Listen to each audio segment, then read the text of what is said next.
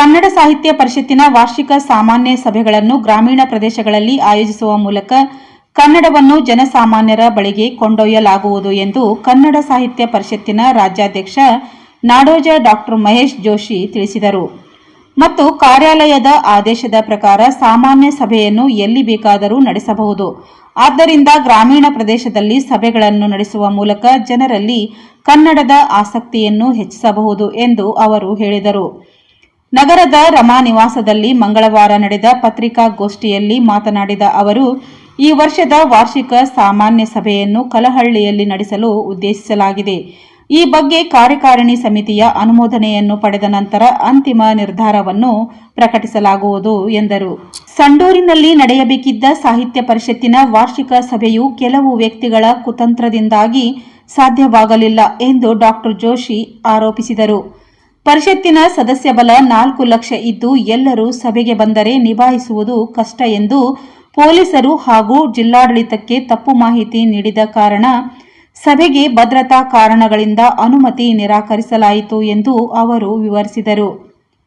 ಲೆಕ್ಕಪತ್ರಗಳ ಬಗ್ಗೆ ಯಾರಾದರೂ ರಸ್ತೆಯ ಮೇಲೆ ನಿಂತು ಮಾಹಿತಿ ಕೇಳಿದರೆ ಅದನ್ನು ನೀಡಲಾಗುವುದಿಲ್ಲ. ನಿಯಮಗಳ ಪ್ರಕಾರ ಲೆಕ್ಕಪತ್ರವನ್ನು ವಾರ್ಷಿಕ ಸಭೆಯಲ್ಲಿ ಮಂಡಿಸಲಾಗುತ್ತದೆ. ಅಗತ್ಯವಿದ್ದವರು ಮಾಹಿತಿ ಹಕ್ಕು ಕಾಯ್ದೆಯ ಮೂಲಕ ಪಡೆದುಕೊಳ್ಳಬಹುದು ಎಂದು ಅವರು ಸ್ಪಷ್ಟಪಡಿಸಿದರು. ಇತರೆ ರಾಜಕೀಯ ಪಕ್ಷಗಳಂತೆ ನಮಗೆ ಕನ್ನಡವೇ ಸರ್ಕಾರ ಹಲವಾರು ಕಾರ್ಯಕ್ರಮಗಳನ್ನು ಹಮ್ಮಿಕೊಳ್ಳಲು ಆರ್ಥಿಕ ತೊಂದರೆಗಳು ಇದ್ದರೂ ಸರ್ಕಾರದ ಜೊತೆಗೆ ಸಂಘರ್ಷ ಮಾಡದೆ ಆರ್ಥಿಕ ನೆರವನ್ನು ಪಡೆಯಲು ಪ್ರಯತ್ನಿಸುತ್ತೇವೆ ಎಂದು ಡಾಕ್ಟರ್ ಜೋಶಿ ಹೇಳಿದರು. ಅವರು ಮಾತನಾಡಿ, ಎಲ್ಲ ಸಭೆ ಸಮಾರಂಭ ಹಾಗೂ ಹೋಟೆಲ್ಗಳಲ್ಲಿ ವೈಟ್ ರೈಸ್ ಐಟಂ ಮತ್ತು ಅಂಕಲ್ ಮುಂತಾದ ಆಂಗ್ಲ ಪದಗಳ ಬದಲು ಅಕ್ಕಿ, ಅನ್ನ, ಶುಭೋದಯ, ತಾಯಿ, ತಂದೆ ಮುಂತಾದ ಕನ್ನಡ ಪದಗಳನ್ನು ಬಳಸಿ ನಮ್ಮ ಸಂಸ್ಕೃತಿಯನ್ನು ಉಳಿಸಬೇಕು ಎಂದು ಕರೆ ನೀಡಿದರು. ಅಭಿಮಾನದಿಂದ ಯಾವಾಗಲೂ ಜಮಖಂಡಿಗೆ ಬರ್ತೀನಿ. ಚುನಾವಣೆಗಿಂತ ಮುಂಚೆ ಬಂದಿದ್ದೆ, ಗೆದ್ದ ಮೇಲೇನೂ ಒಂದು ಸರ್ತಿ ಬಂದಿದ್ದೆ. ಇದು 3ನೇ ಬಾರಿ ನಾನು ಜಮಖಂಡಿಗೆ ಬರ್ತಾ ಇರೋದು. ಬಹಳ ಹೆಮ್ಮೆಯಿಂದ ಬರ್ತೀನಿ ಅಂತ ಹೇಳಿದೆ, ಬಹಳ ಗೌರವದಿಂದ ಬರ್ತೀನಿ ಅಂತ ಹೇಳಿದೆ. ಕಾರಣ, ಕನ್ನಡದ ಪ್ರಾಥಮಿಕ ಪ್ರೌಢಶಾಲೆ ಕರ್ನಾಟಕದಲ್ಲಿ ಪ್ರಾರಂಭ ಆಗಿದ್ದು ಅಂದರೆ ಮೊದಲನೆಯದಾಗಿ ಕುಂದಾಪುರದಲ್ಲಿ, ಎರಡನೇದಾಗಿ ನಮ್ಮ ಜಮಖಂಡಿಯಲ್ಲಿ ಅಂತ. ಜೊತೆಗೆ ಮತೀಯ ಬಾಂಧವ್ಯಕ್ಕೆ, ಭಾವೈಕ್ಯತೆಗೆ ನಮ್ಮ ಜಮಖಂಡಿ ಹೆಸರಾಗಿರ್ತಕ್ಕಂಥದ್ದು. ಈ ವಿಚಾರವನ್ನು ನಾನು ಬಹಳ ಹೆಮ್ಮೆಯಿಂದ ಹೇಳ್ತೀನಿ. ಯಾಕಂದರೆ ಇಲ್ಲಿ ಕನ್ನಡದ ಶಾಲೆಗಳ ಜೊತೆಗೆ ಮರಾಠಿ, ಉರ್ದು, ಸಂಸ್ಕೃತ ಇವೆಲ್ಲವೂ ಸಹಿತ ಒಟ್ಟಿಗೆ ಬೆಳೆದಿರ್ತಕ್ಕಂಥದ್ದು ಅನ್ನುವಂಥ. ಹಾಗಾಗಿ ಭಾವೈಕ್ಯತೆ, ಐಕ್ಯತೆಯನ್ನು ನಾವು ನೋಡಬೇಕು. ನಮ್ಮ ಸಂಸ್ಕೃತಿಯ ನಿಜವಾದ ಅರ್ಥ, ನಿಜವಾದ ನೆಲೆ ಮತ್ತು ನಿಜವಾದ ಬೆಲೆಯನ್ನು ನೋಡಬೇಕಂದ್ರೆ ನಾವು ಜಮಖಂಡಿಯಲ್ಲಿ ಕಾಣ್ತೀವಿ ಅನ್ನುವಂಥದ್ದು. ಹಾಗಾಗಿ ಇಲ್ಲಿ ಇರ್ತಕ್ಕಂಥ ಇಂಚಿಗಿರಿ ಸಂಸ್ಥಾನ, ಇದು ಆಶ್ರಮದ ಸಂಪ್ರದಾಯ ಇವೆಲ್ಲವೂ ಸಹಿತ ನನಗೆ ಬಹಳ ಇಷ್ಟವಾಗಿರ್ತಕ್ಕಂಥದ್ದು. ಜೊತೆಗೆ ಸಾಹಿತ್ಯದಲ್ಲಿ ಬಂದರೆ ರಾವ್ ಬಹದ್ದೂರ ರಾಮಾಯಣವನ್ನು ನಾನು ಬಹಳ ಇದು ಗ್ರಾಮಾಯಣ ಅನ್ನುವಂಥ ಶಬ್ದನೇ ನನಗೆ, ಯಾಕಂದರೆ ಮೊದಲೇದಾಗಿ ರಾಮಾಯಣ ಅಂತ ಕೇಳ್ತಾ ಇದ್ದೆ. ಈ ಗ್ರಾಮಾಯಣ ಅನ್ನುವಂಥದ್ದು ಏನು ಅನ್ನುವಂಥದ್ದು ಬಹಳ ನಾನು ಸಣ್ಣ ಹುಡುಗಿದ್ದಾಗ ನಮ್ಮ ದೊಡ್ಡಣ್ಣ ತಂದು ಕೊಟ್ಟಿರ್ತಕ್ಕಂಥದ್ದು ಸಹಿತ ನನಗೆ ಜ್ಞಾಪಕ ಇದೆ. ರಾವ್ ಬಹದ್ದೂರ್ ಅವ್ರದ್ದು, ಸತ್ಯಕಾಮರು. ಹಾಗಾಗಿ ಇವು ಎಲ್ಲ, ಆಮೇಲೆ ನಮ್ಮ ವಜ್ರಮಟ್ಟಿಯವರು, ಆಮೇಲೆ ವಿಜಯ ಸಿಂಧೂರ್ ಅವರು, ಇವತ್ತು ಕ್ರೀಡೆ, ಕಬಡ್ಡಿಯಲ್ಲಿ ಮತ್ತು ಸೈಕ್ಲಿಂಗಲ್ಲಿ ಇವೆಲ್ಲವೂ ಸಹಿತ ಇಡೀ ಭಾರತದ ಮಟ್ಟದಲ್ಲಿ ಹೆಸರನ್ನು ಮಾಡಿರ್ತಕ್ಕಂಥದ್ದು. ಹಾಗಾಗಿ ಐತಿಹಾಸಿಕವಾಗಿರ್ತಕ್ಕಂಥ ಸ್ಥಳ ಇದು. ಹಾಗಾಗಿ ಇಲ್ಲಿ ಭಾಳ ಕನ್ನಡಕ್ಕೆ ಭಾಳ ಪ್ರಾಶಸ್ತ್ಯವನ್ನು ಕೊಟ್ಟಿರ್ತಕ್ಕಂಥದ್ದು ತಮಗೂ ಗೊತ್ತಿದೆ. ಹಾಗಾಗಿ ಇಲ್ಲಿ ನಾನು ಭಾಳ ಹೆಮ್ಮೆ ಮತ್ತು ಗೌರವದಿಂದ ಬಂದಿದ್ದೀನಿ. ಬಿ.ಡಿ. ಜತ್ತಿಯವರು ಸಹಿತ ಉಪರಾಷ್ಟ್ರಪತಿಗಳು ಸಹಿತ ನಮ್ಮ ಜಮಖಂಡಿ ಸಂತ. ಹಾಗೆ ನೋಡ್ಕೋದ್ರೆ ನಾನು ಎಲ್ಲರ ಹೆಸರು ಹೇಳ್ತಾ ಹೋಗ್ಬೋದು.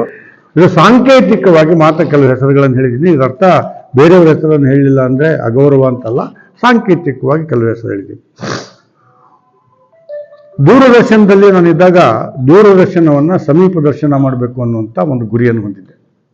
ಸಾಹಿತ್ಯ ಪರಿಷತ್ತಲ್ಲಿ ಬಂದ ಮೇಲೆ ಇದು ಸಾಹಿತ್ಯ ಪರಿಷತ್ತು ಜನಸಾಮಾನ್ಯರ ಪರಿಷತ್ತಾಗಬೇಕು. ಜನಸಾಮಾನ್ಯರ ಪರಿಷತ್ತು ಅಂತಂದಾಗ ಸಹಜವಾಗಿ ಜನಸಾಮಾನ್ಯರು ಸಹಿತ ಸಾಹಿತ್ಯ ಪರಿಷತ್ತು ಅಂದರೆ ನಮ್ಮ ಸಂಸ್ಥೆ ಅನ್ನುವಂತಹ ಭಾವನೆ ಬರಬೇಕು. ಎಲ್ಲೋ ಒಂದು ಕಡೆ ಸಾಹಿತ್ಯ ಪರಿಷತ್ ಅಂದರೆ ನಾನು ಅನೇಕ ಕಡೆ ಹೋದಾಗ ಸರ್ ನಾನು ಸಾಹಿತ್ಯ ಎಲ್ಲ ಸೇರ್ಬೋದಾ ನನಗೆ ಇನ್ನುವಂಥ ಪ್ರಶ್ನೆಗಳು ಸಹಜವಾಗಿ ಬರ್ತವೆ.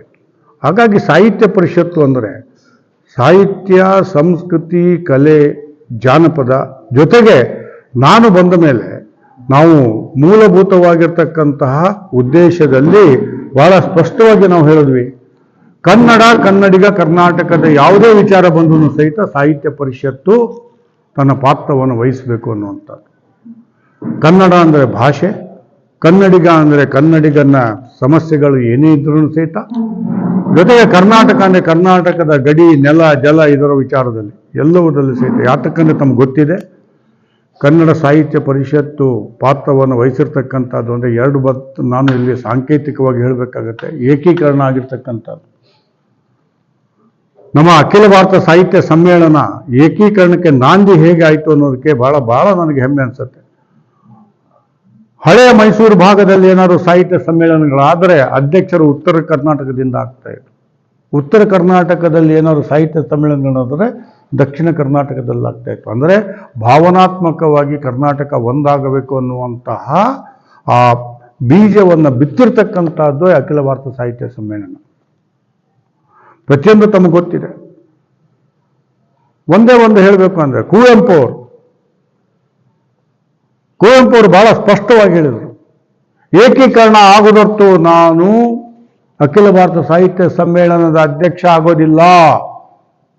1956ರಲ್ಲಿ ನವೆಂಬರ್ 1ರಲ್ಲಿ ನಮಗೆ ಏಕೀಕರಣ ಆದಮೇಲೆ 56ರಲ್ಲಿ ಆಗಲಿಲ್ಲ, ಯಾಕಂದರೆ ನವೆಂಬರ್ 1 ಆಯಿತು. 57ರಲ್ಲಿ ಆಗಲಿಲ್ಲ, 58ರಲ್ಲಿ ಧಾರವಾಡದಲ್ಲಾದಾಗ ಕುವೆಂಪು ಅವರು ಅದಕ್ಕೆ ಅಧ್ಯಕ್ಷರಾಗ್ತಾರೆ. ಹಾಗಾಗಿ ಏಕೀಕರಣಕ್ಕೂ ಸಹಿತ ಕನ್ನಡ ಸಾಹಿತ್ಯ ಪರಿಷತ್ ಒಂದೇ ಒಂದು ಉದಾಹರಣೆ ಹೇಳ್ತಾ ಇದೆ. ಅದೇ ಥರ ಕರ್ನಾಟಕದ ನಾಮಕರಣದಲ್ಲಿ ತಮಗೆ ಗೊತ್ತಿದೆ, ಅರಸು ಅವರು ಮೊದಲು ಅಷ್ಟು ಒಲವನ್ನು ತೋರಿಸಿರಲಿಲ್ಲ. ಅದಾದಮೇಲೆ ಚದುರಂಗರು ಸಾಹಿತ್ಯ ಪರಿಷತ್ತಿನ ಜೊತೆಗೆ ಅತ್ಯಂತ ನಿಕಟವಾಗಿರ್ತಕ್ಕಂಥ ಸಂಪರ್ಕವನ್ನು ಹೊಂದಿರತಕ್ಕಂಥ ಚದುರಂಗರು ಜೊತೆಗೆ ಅರಸು ಅವರಿಗೆ ಸಂಬಂಧಿಕರು ಆಗಿರ್ತಕ್ಕಂಥ ಹಿನ್ನೆಲೆಯಲ್ಲಿ ಅವರು ಹೋಗಿ ಕರ್ನಾಟಕ ಅನ್ನುವಂಥ ಹೆಸರನ್ನು ಮಾಡಬೇಕು ಅನ್ನುವಂತಹದನ್ನು ಅವರು ಪ್ರಭಾವವನ್ನು ಬೀರಿದಾಗ ಕರ್ನಾಟಕ ಹೆಸರಾಯಿತು ಅನ್ನೋದು. ಹಾಗಾಗಿ ಕನ್ನಡ ಸಾಹಿತ್ಯ ಪರಿಷತ್ ತಮಗೆಲ್ಲ ಗೊತ್ತಿದೆ. ಗೋಕಾಕ್ ಚಳವಳಿಯಲ್ಲೂ ಯಾವುದೇ ಚಳವಳಿ ತಗೊಳ್ಳಿ, ಈ ಹಿನ್ನೆಲೆಯಲ್ಲಿ ನಾನು ಬಂದ ಮೇಲೆ ಇದು ಎಲ್ಲ ಮಟ್ಟದ ಹಳ್ಳಿ ಮಟ್ಟದಲ್ಲಿ ಹೋಗಬೇಕು ಅನ್ನುವಂಥದ್ದು. ಬಂದ ಮೇಲೆ ನಾವು ಈಗಾಗಲೇ ತಮಗೆ ಗೊತ್ತಿದೆ, ಹೋಬಳಿ ಮಟ್ಟದಲ್ಲಿಯೂ ಸಹಿತ ಘಟಕಗಳನ್ನು ತೆಗೆಯೋದಕ್ಕೆ ನಾವು ಅವಕಾಶವನ್ನು ಮಾಡಿಕೊಟ್ಟಿದ್ದೀವಿ. ಮುಂದೆ ಗ್ರಾಮ ಮಟ್ಟದಲ್ಲೂ ಸಹಿತ ಅಖಿಲ ಭಾರತ ನಮ್ಮ ಸಾಹಿತ್ಯ ಪರಿಷತ್ತಿನ ಘಟಕಗಳು ಆಗಬೇಕು ಅಂತ. ಯಾಕಂದರೆ ಇವತ್ತು ನನಗೆ ಭಾಳ ದುಃಖ ಆಗ್ತಾ ಇದೆ. ನಾನಿವತ್ತು ದಿನಪತ್ರಿಕೆಗಳನ್ನು ನೋಡಿದರೆ ನನಗೆ ಕನ್ನಡ ಶಾಲೆಗಳಲ್ಲಿ ಹೇಗೆ ಸ್ಥಿತಿ ಇದೆ, ಎಂಥ ದುಸ್ಥಿತಿ ಬಂದಿದೆ ಅನ್ನುವಂಥದ್ದನ್ನು ಇವತ್ತಿನ ಪೇಪರ್ ನೋಡಿದಾಗ ನಾನು ಸಾಹಿತ್ಯ ಪರಿಷತ್ತಿನ ಅಧ್ಯಕ್ಷನಾಗಿ ಯಾವ ರೀತಿಯಲ್ಲಿ ನಾನು ಕನ್ನಡವನ್ನು ಬೆಳೆಸ್ಬೋದು, ಯಾವ ರೀತಿಯಲ್ಲಿ ಮುಂಚೆ ಕನ್ನಡವನ್ನು ಬೆಳೆಸಬೇಕು ಅಂತ ಇತ್ತು. ಈಗ ಕನ್ನಡವನ್ನು ಬೆಳೆಸೋದಲ್ಲ, ಕನ್ನಡವನ್ನು ಉಳಿಸ್ತಕ್ಕಂಥ ಸ್ಥಿತಿಗೆ ನಾವು ಬಂದಿದ್ದೀವಿ. ಮೊದಲು ಕನ್ನಡ ಉಳಿಬೇಕು ಅನ್ನುವಂಥದ್ದು. ಹಾಗಾಗಿ ಯಾವುದೇ ಕಾರಣಕ್ಕೂ ಕನ್ನಡದ ಶಾಲೆಗಳು ಮುಚ್ಚಬಾರದು. ಮುಚ್ಚಿರ್ತಕ್ಕಂಥ ಶಾಲೆಗಳು ಮತ್ತೆ ಪ್ರಾರಂಭ ಆಗಬೇಕು. ಇದು ಸಾಹಿತ್ಯ ಪರಿಷತ್ತಿನ ಸ್ಪಷ್ಟವಾಗಿರ್ತಕ್ಕಂಥ ನಿಲುವಿದ್ರೂ ಸಹಿತ ಆಡಳಿತಾತ್ಮಕವಾಗಿ ಮತ್ತು ಕಾನೂನಾತ್ಮಕವಾಗಿ ಅನೇಕ ತೊಡಕುಗಳು ಇವೆ. ನಮಗೆ ಅದರ ಅರಿವು ಇದೆ. ಆದರೆ ಇತ್ತೀಚೆಗೆ ಸರ್ಕಾರ ಸಹಿತ ದ್ವಿಭಾಷಾ ಸೂತ್ರವನ್ನು ಒಪ್ಕೊಂಡಿರ್ತಕ್ಕಂಥ ಹಿನ್ನೆಲೆಯಲ್ಲಿ ಕನ್ನಡ ಭಾಷೆಗೆ ಆದ್ಯತೆ ಸಿಗತ್ತೆ ಅನ್ನುವಂಥ ಆ ಮಟ್ಟಕ್ಕೆ ಮಾತ್ರ ನಾನು ಹೋಗ್ತೀನಿ. ಅದರ ಗಡಿಯನ್ನು ನಾನು ದಾಟೋದಿಲ್ಲ.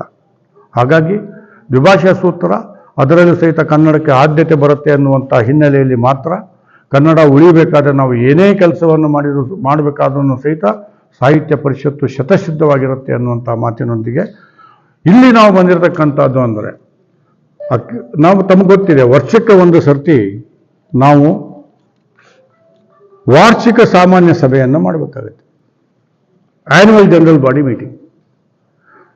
ನಾನು ಬಂದಾದ ಮೇಲೆ ಹಳ್ಳಿಗಳಲ್ಲಿ ವಾರ್ಷಿಕ ಸಭೆಯನ್ನು ನಾವು ತೆಗೆದುಕೊಂಡು ಹೋಗ್ತೇವೆ.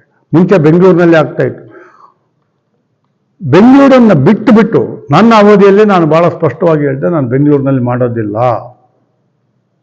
ಕನ್ನಡ ಉಳಿಸ್ಬೇಕಾಗಿರ್ತಕ್ಕಂಥದ್ದು ಮತ್ತು ಗಡಿ ಭಾಗಗಳಲ್ಲಿ ಮಾಡಬೇಕು ನಾವು. ಹಳ್ಳಿಯಲ್ಲಿ ಹೋಗಬೇಕು. ಜೊತೆಗೆ ದೂರದ ಪ್ರದೇಶಕ್ಕೆ ಹೋದಾಗ ಅಲ್ಲಿಯ ಜನ ಪರಿಷತ್ತಿನ ವಾರ್ಷಿಕ ಸಭೆ ನಮ್ಮೂರಲ್ಲಿ ನಡೀತಾ ಇದೆಯಲ್ಲ, ನಮ್ಮ ಜಿಲ್ಲೆಯಲ್ಲಿ ನಡೀತಾ ಇದೆಯಲ್ಲ ಅಂತ ಹೆಮ್ಮೆ ಪಡಬೇಕು. ಅದಕ್ಕೆ ಸಕಾರಣಗಳು ಏನು ಅನ್ನುವಂಥದ್ದನ್ನು ನಾನು ಹೇಳಬೇಕು. ಹಾಗಾಗಿ ಈ ಸರ್ತಿದ ನಾವು ವಾರ್ಷಿಕ ಸಭೆಯನ್ನು ಬಳ್ಳಾರಿಯಲ್ಲಿ ತಮಗೆ ಗೊತ್ತಿದೆ, ಅಖಿಲ ಭಾರತ ಸಾಹಿತ್ಯ ಸಮ್ಮೇಳನ ಈ ಸರ್ತಿ ಬಳ್ಳಾರಿಯಲ್ಲಿ ನಡೀತಾ ಇರ್ತಕ್ಕಂಥ ಹಿನ್ನೆಲೆಯಲ್ಲಿ ನಾವು ಬಳ್ಳಾರಿಯಲ್ಲಿ ಮಾಡಬೇಕು ಅನ್ನುವಂಥದ್ದನ್ನು ನಾವು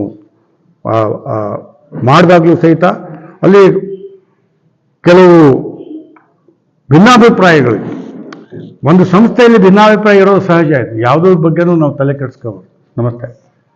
ಒಂದು ಸಂಸ್ಥೆ ಬೆಳೀತಾ ಬೆಳೀತಾ ಬೆಳೀತಾ ಹೋದಾಗ ಸಂಖ್ಯೆ ಜಾಸ್ತಿ ಆಗ್ತಾ ಹೋಗ್ತದೆ. ಇವತ್ತು ನಮ್ಮಲ್ಲಿ 4 ಲಕ್ಷ ಜನ ಆಜೀವ ಸದಸ್ಯರಿದ್ದಾರೆ.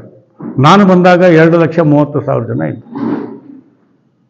ನಾವು ಯಾವುದೇ ಅಭಿಯಾನವನ್ನು ಮಾಡಿಲ್ಲ. ಇನ್ಮೇಲೆ ಅಭಿಯಾನವನ್ನು ಪ್ರಾರಂಭ ಮಾಡ್ತೀವಿ ನಾವು, ಅವಾಗ ಎಷ್ಟು ಸಂಖ್ಯೆ ಆಗುತ್ತೆ ಅನ್ನುವಂಥದ್ದು. ಹಾಗಾಗಿ ಸಂಖ್ಯೆಯಲ್ಲಿ ಬೆಳೆದಾಗ, ಜೊತೆಗೆ ಗಟ್ಟಿಯಾದಾಗ, ವಿಸ್ತಾರ ಆದಾಗ, ವಿಸ್ತೀರ್ಣವಾದಾಗ ಸಹಜವಾಗಿಯೇ ಕೆಲವು ಭಿನ್ನಾಭಿಪ್ರಾಯಗಳು ಬರುತ್ತೆ. ಇದು ಒಂದು ಸಂಸ್ಥೆಯಲ್ಲಿ ಬಹಳ ಸಹಜ. ಹಾಗಾಗಿ ಸತ್ಯಕಾಮರ ಊರಿನಲ್ಲಿ, ಜೊತೆಗೆ ನಮಗೆ ಇಲ್ಲಿ ಹೇಳಿದಾಗೆ ಕಲ್ಲಹಳ್ಳಿಗೆ ನಾವು ಹೋಗಿ ಆ ಕಲ್ಲಹಳ್ಳಿಯಲ್ಲಿ ಮಾಡಬೇಕು ಅನ್ನುವಂಥದ್ದನ್ನು ಒಂದು ಯೋಚನೆ ಬಂದಿದೆ. ನಮ್ಮ